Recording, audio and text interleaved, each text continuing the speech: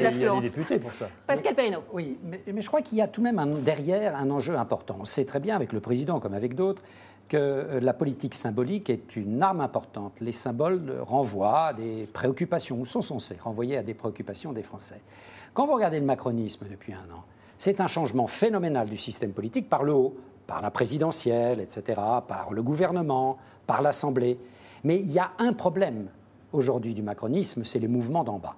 Et si le macronisme veut résister, il faut que le mouvement d'en bas rencontre le mouvement d'en haut. On sait très bien qu'Emmanuel Macron, La République En Marche, ont un problème d'implantation dans les territoires. Donc tout ce qui va dans ce sens, à quelques mois ou années d'une rafale d'élections locales, municipales, départementales, régionales, est important pour le pouvoir. Parce qu'au fond, il a réussi son OPA par le haut, mais maintenant, il faut véritablement qu'il réussisse une OPA en bas. Et ça, c'est un gros souci. Et on l'a vu lors des dernières élections sénatoriales, c'est l'expression des territoires. Le 28 septembre dernier, La République En Marche a connu une défaite redoutable aux élections sénatoriales. La République En Marche, chez lui, pour le moment. Le problème, c'est qu'aux législatives, les Français ont élu 300 fois Macron, bien sûr. sans se préoccuper du nom des députés. Et on a beaucoup parlé des députés, on a beaucoup dit qu'ils ne servaient pas à grand-chose, mais il y a une chose essentielle quand même. Un député, c'est quelqu'un qui vit dans son territoire et qui, le dimanche, contrairement aux députés En Marche, n'est pas en train de regarder son ordinateur, mais il est en train d'écouter Yves Tréhard lui dire qu'on va fermer la boulangerie, que la gendarmerie va fermer, qu'avec leurs bombes atomiques, ils sont en train de nous détraquer le temps. Et il faut bien répondre. C'est ça, être député. Et moi, je suis ulcéré quand on critique les députés, parce que pour leur très grande majorité, ce sont des gens qui ont dévoué leur vie à la collectivité et à leurs concitoyens. Moi, il m'est arrivé de le dire. On passe au deuxième sujet. Il m'est arrivé de le dire à Matignon, à des conseillers de Philippe, en disant mais je suis un peu inquiet, faisant le constat que Pascal la vient déconnexion avec d'exprimer. Mais oui, parce que j'ai beaucoup de retours qui me disent ils sont pas là, ils sont pas sur le terrain, tout ça. Et on me dit alors la réponse c'était oui, mais c'est important qu'ils fassent la loi. Et d'ailleurs dans la Constitution, ce sont des élus de la nation. Et là, ils ont tort, parce que les Français, ils n'en ont rien à faire de la Constitution. Eux, ce qu'ils veulent, c'est un élu de leur circonscription qui soit à l'écoute de ce que vient de dire Daniel. Et là, je trouve qu'ils font une erreur tactique. Erreur d'analyse. On va parler encore des territoires, mais sous le prisme de la dépense publique. C'est bien un point noir pour le gouvernement, le niveau de la dépense publique. Au moment où Paris demande aux collectivités de se serrer la ceinture, une réunion a d'ailleurs lieu aujourd'hui sur ce thème à Matignon. Alors, l'État veut contrôler les dépenses, mais qu'il s'occupe d'abord de faire son job. Nous faisons le nôtre. C'est l'opinion d'Hervé Morin, président centriste de la région Normandie et président des régions de France. Il était ce matin l'invité d'Europe 1. Le régalien, la police, la justice, la défense, la politique étrangère, la sécurité, l'immigration, que le gouvernement le fasse et le fasse bien. Le régalien économique, le droit du travail, tout ça, ok. Mais quand il s'agit de mener de politique territoriale, de politique où on est les mains dans le cambouis, laissons les territoires agir et faire. Parce que nous sommes plus agiles, parce que nous sommes plus près de nos compatriotes, parce que nous sommes capables de prendre une décision en 24 heures quand l'État met 1 an pour prendre une décision. Paul Bargeon, c'est un vrai problème, cette dépense publique qui ne baisse pas, qui a même augmenté en 2017. Alors qu'effectivement, on demande aux régions et aux collectivités en général de faire des économies.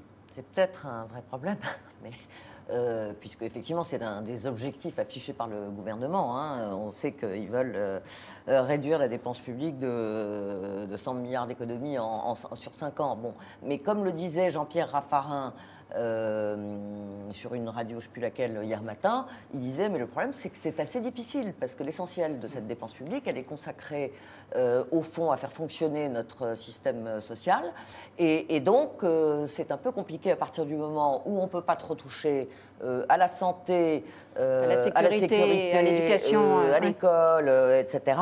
Bon, donc il reste la réduction de la fonction publique d'État et la réduction de la fonction publique territoriale, ça c'est au programme, mais il semblerait que ça va être un peu compliqué aussi avec les collectivités territoriales qui sont assez exaspérées contre l'État en ce moment et on va leur demander de réduire le nombre de leurs fonctionnaires et d'augmenter le temps de travail de ces fonctionnaires. Donc Pascal Perrineau. ça nous promet de belles discussions.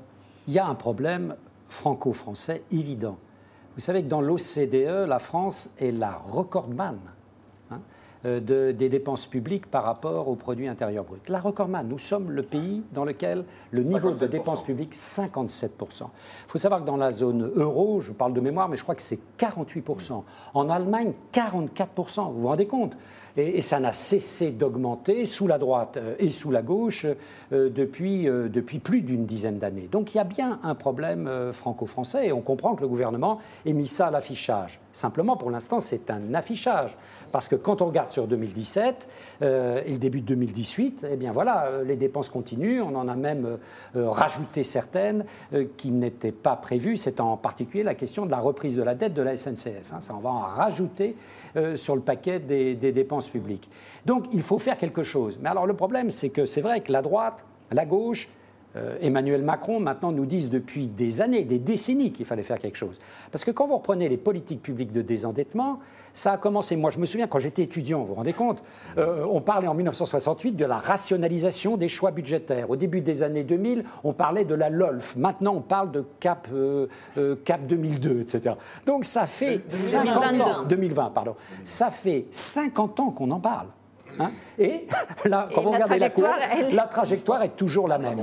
Donc cela veut dire, en effet, qu'il faut réfléchir aux secteurs dans lesquels la dépense publique doit être parfois drastiquement baissée et aux secteurs dans lesquels elle doit être maintenue et même parfois un peu augmentée. On le voit bien en particulier dans le sujet dont on parlera tout à l'heure, qui est la politique du quatrième âge et de la grande vieillesse. Mais il y a aussi un problème culturel franco-français. C'est-à-dire que les Français sont d'accord sur le principe de la réduction de la dépense publique, mais dès que ça s'applique à eux, ils sont beaucoup moins chauds.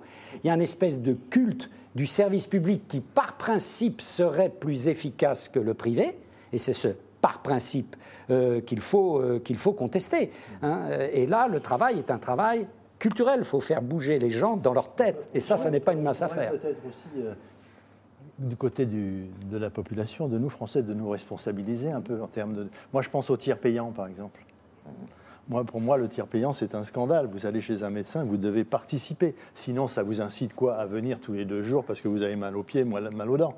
Donc, nous sommes, nous Français, amenés peut-être à réfléchir sur le fait que nous abusons de l'argent public. Pour moi, le tiers payant, c'est un exemple scandaleux. C'est scandaleux, c'est déresponsabiliser les gens. C'est exactement comme que des gens ne payent pas d'impôts, même 1 euro d'impôt pour se sentir appartenir à une communauté. Quand vous ne vous sentez pas appartenir à une communauté, vous n'avez absolument pas envie de faire baisser la dépense publique. Et une partie de la baisse de la dépense publique, elle dépend aussi de nous et de notre comportement. Yves, sur ce point, est-ce que la droite a effectivement un angle d'attaque parce qu'elle n'a pas fait beaucoup mieux avant ? Non, parce que la droite a dit la même chose que finalement Emmanuel Macron. Il faut baisser, faut diminuer la fonction publique, il faut faire des économies ici ou là, mais à chaque fois, c'est elle qui dit il ne faut surtout pas supprimer les emplois. Alors là, c'était gaguesque. Là. Ah oui. Il ne faut pas supprimer les emplois aidés, alors que vous prenez le programme de François Fillon, il fallait les supprimer complètement. Ils sont schizophrènes, si vous voulez. Bon, mais comme beaucoup de Français, d'ailleurs, on est très schizophrènes. Moi, je pense qu'on ne s'en sortira pas si on ne fait pas ce que le Canada et les pays scandinaves ont fait dans les années 90. En 2 mots. Dans les années 90, le Canada et les pays scandinaves ont traversé une crise énorme et ils ont tout remis à plat. Et comment ils ont tout remis à plat ? Ils se sont dit il faut qu'on réfléchisse précisément à ce que sont les fonctions de l'État. Qu'est-ce que doit faire l'État et qu'est-ce que doit faire, ça rejoint un petit peu le propos d'Hervé Morin, qu'est-ce que doivent faire les collectivités territoriales. Et ils se sont rendus compte, alors je prends l'exemple du Canada, je crois. Le Canada, ils ont gardé des fonctions régaliennes. Alors vous me direz, le Canada, c'est un pays qui est fédéral, oui, qui est pas, mais quand même, ou la Suède ou la Norvège, régalienne, et avec 2 autres secteurs où ils ont dit que l'État central devait mettre le paquet, c'est l'éducation et la recherche. Et tout le reste, je caricature à peine, eh bien, ça doit relever des niveaux intermédiaires de collectivité. Et là, il faudrait qu'on fasse la même chose. On fait l'inverse, nous, en fait. La réforme de Hollande, on a commencé par se dire qu'est-ce que doivent faire les collectivités locales. Non, on doit commencer par se dire qu'est-ce que doit faire l'État ou ne pas faire. On écoute aussi Hervé Morin, là c'est plus sur la fonction publique. Effectivement, il poursuit son idée et qu'il y a des économies à faire, mais pas toujours là où elles sont annoncées. On l'écoute. Savez-vous combien il y a de fonctionnaires à Bercy ? Non, Bon. vous allez me le dire. Eh bien, il y en a à peu près 140 000. Enfin, qui dépendent de l'administration de Bercy. 140 000, quand il y en a 100 000 de moins en Allemagne et en Angleterre. Eh bien, on ferait mieux d'avoir un peu plus de magistrats, un peu plus de personnes dans les hôpitaux et un peu plus de personnes dans les tribunaux. Oui. Je ne sais pas si la comparaison est opérante, parce que... Avec vous pouvez l'Allemagne pas- Mais oui, parce que l'Allemagne est divisée en régions qui sont très puissants. Et donc, j'aimerais savoir d'où il sort son 40 000.